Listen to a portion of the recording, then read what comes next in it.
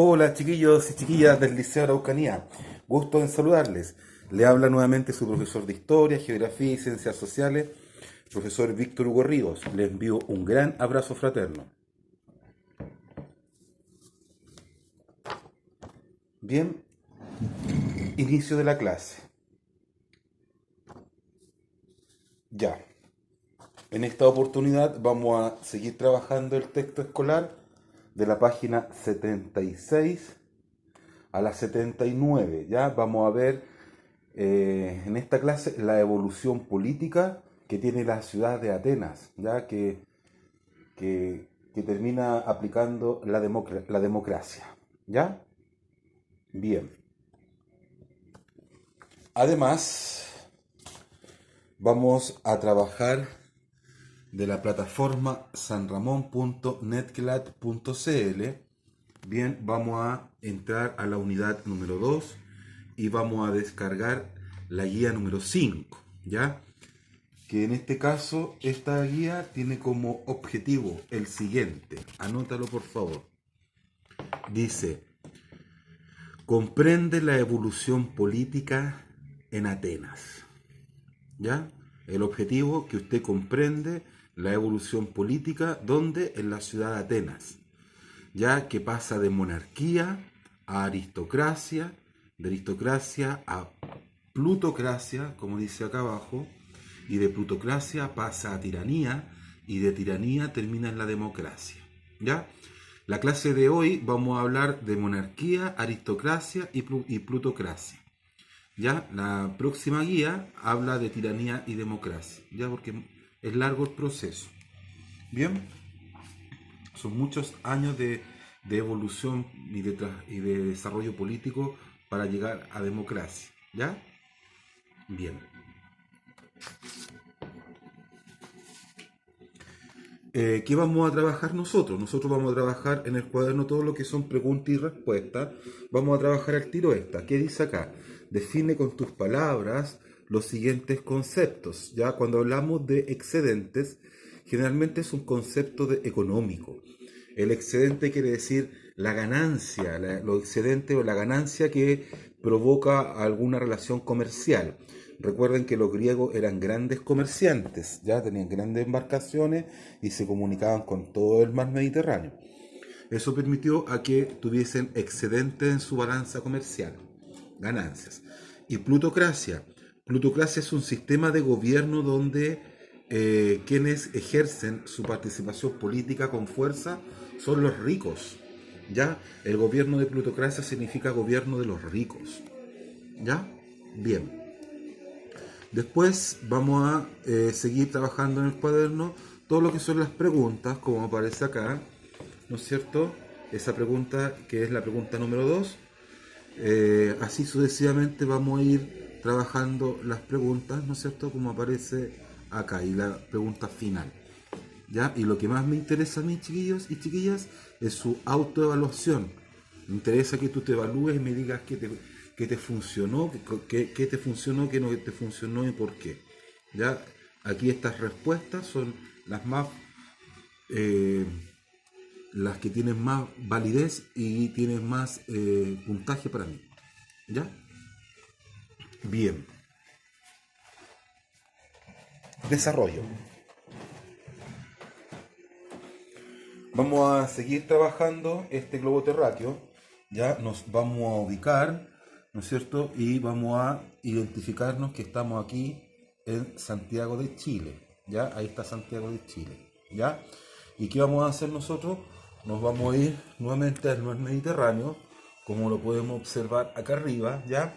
Pero mejor vamos a ocupar este atlas, ¿no es cierto?, que nos muestra a Europa, ¿ya? Este mapa físico, como ya lo hemos visto, es un mapa que muestra los relieves, ¿ya? El color amarillo es el más bajo en África, ¿no es cierto?, en las costas.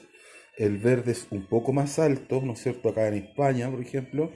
Ya el verde oscuro son ya grandes colinas y el color plomo rosado, como puede ver en algunos, son grandes montañas, ya cadenas montañosas.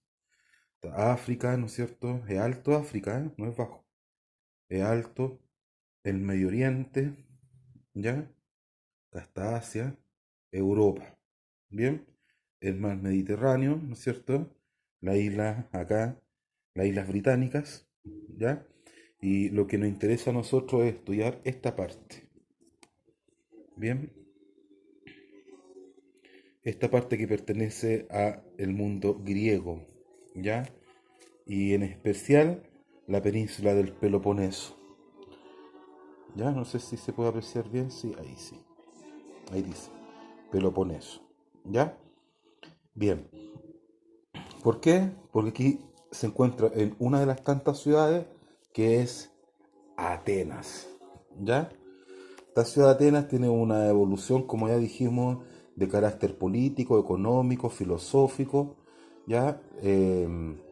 Esta ciudad, estado, corresponde, ¿no es cierto?, a una evolución política que va a desarrollar, que corresponde primero a una monarquía, después pasa a una aristocracia, de gobierno de algunos, de los mejores significa aristocracia, después pasa a una plutocracia, gobierno de los ricos, termina en una tiranía, en el gobierno de un tirano, y finalmente la democracia.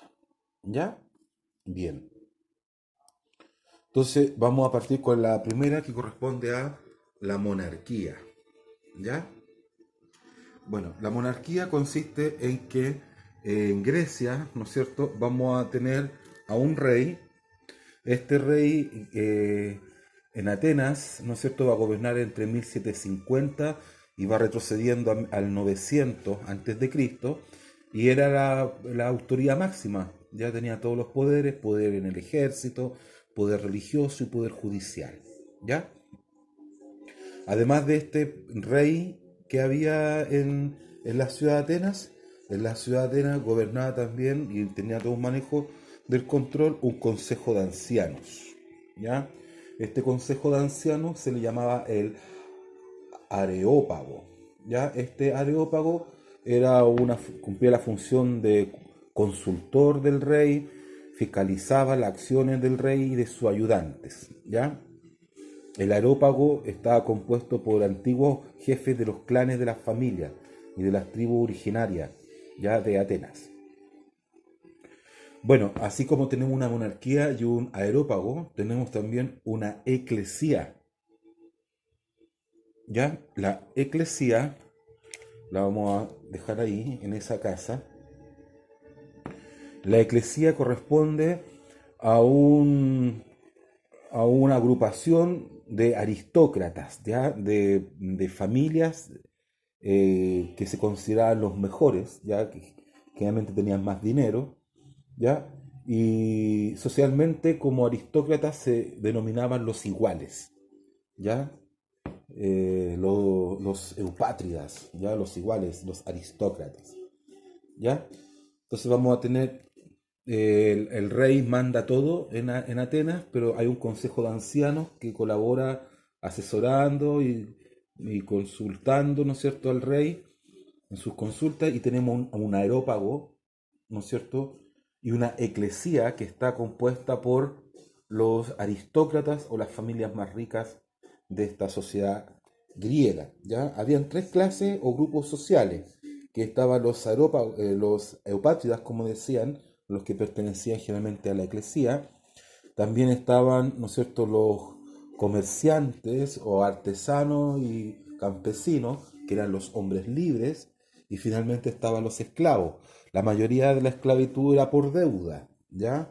Entonces la aristocracia tenía todo el control, y los que querían transformarse en aristócratas corrían el riesgo de que les fuese mal y se transformaban en esclavos. Bueno, esa es una.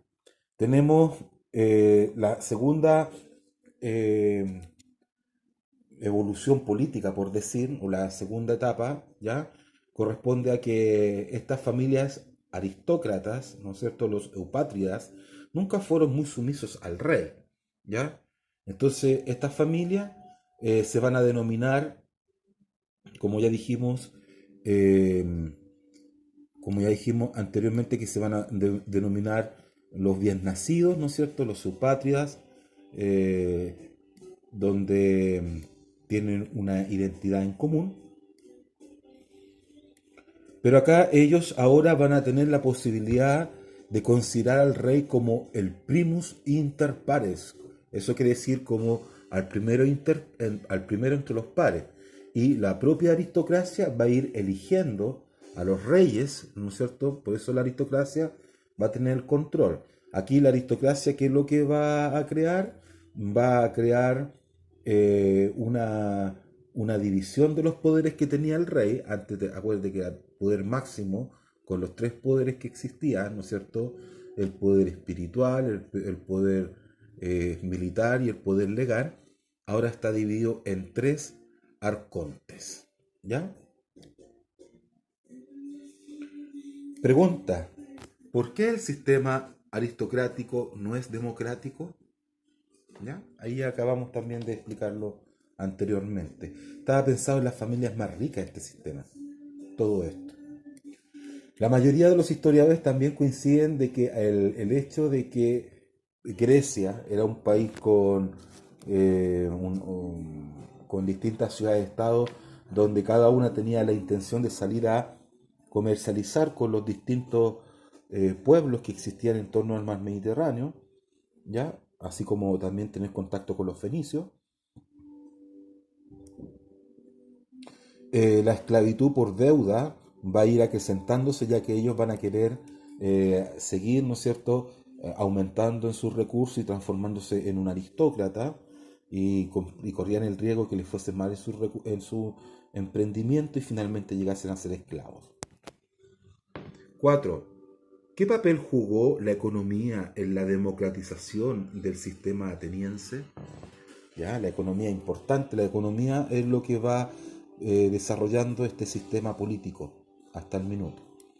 Bueno, la propia aristocracia, al darse cuenta de que estaban muchos endeudándose y terminando siendo esclavos por deuda, esclavos por deuda, se le va a solicitar al señor llamado Dracón a que él, ¿no es cierto?, pueda redactar un código, ya una constitución, y esta constitución va a ser tan rígida y tan tajante que se le va a conocer como la ley escrita con sangre, ¿ya?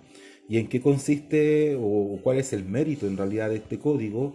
Es que hace que el Estado comience a asumir la responsabilidad de justicia, ¿ya? Evitando así que hayan guerras privadas entre los distintos clanes aristocráticos, dañando o violentando, ¿no es cierto?, a la demás población.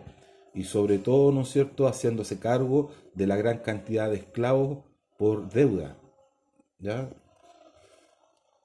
Bien, esto no ponía paño frío a lo que estaba sucediendo hasta que después se le pide al señor Solón, ¿ya?, que pueda crear un sistema, ¿no es cierto?, que pueda ir de alguna otra forma ya evitando esta plutocracia o aristocracia, gobierno en realidad de los aristócratas o de los más ricos.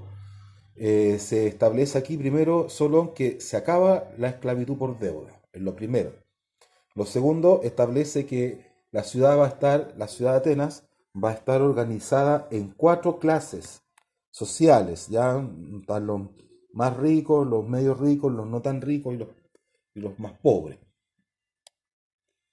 ¿Qué va a crear también el señor Solón? El señor Solón va a crear una asamblea que se le va a llamar la Bule, ya la Bule, donde va a consistir en que es una especie de Cámara de Diputados donde discuten los asuntos de la ciudad y que luego eran derivados, ¿no es cierto?, al aerópago, ya donde los aristócratas decidían o no.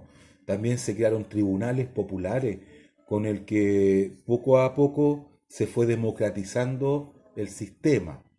Bueno, finalmente Solón se esmeró por no otorgar tanto poder a los poderosos, a los aristócratas, sí más al pueblo, de alguna otra forma correspondiéndole a lo que se le debía.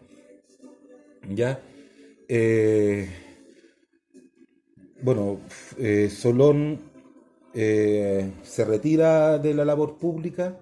El descontento igual de muchos aristócratas hizo de que con fuerza terminara, ¿no es cierto?, todo esto en un desequilibrio político donde algunos hablan que hubo una pequeña anarquía y termina esto en qué?